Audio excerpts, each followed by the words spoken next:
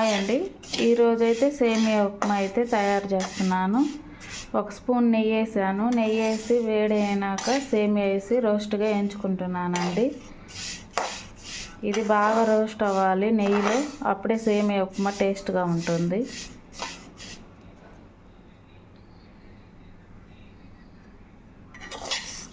సిమ్లో పెట్టి ఫ్రై చేయాలండి. బాగా వేగిపోయిందండి. ఇప్పుడు దీన్ని ఒక ప్లేట్లోకి తీసేస్తాను.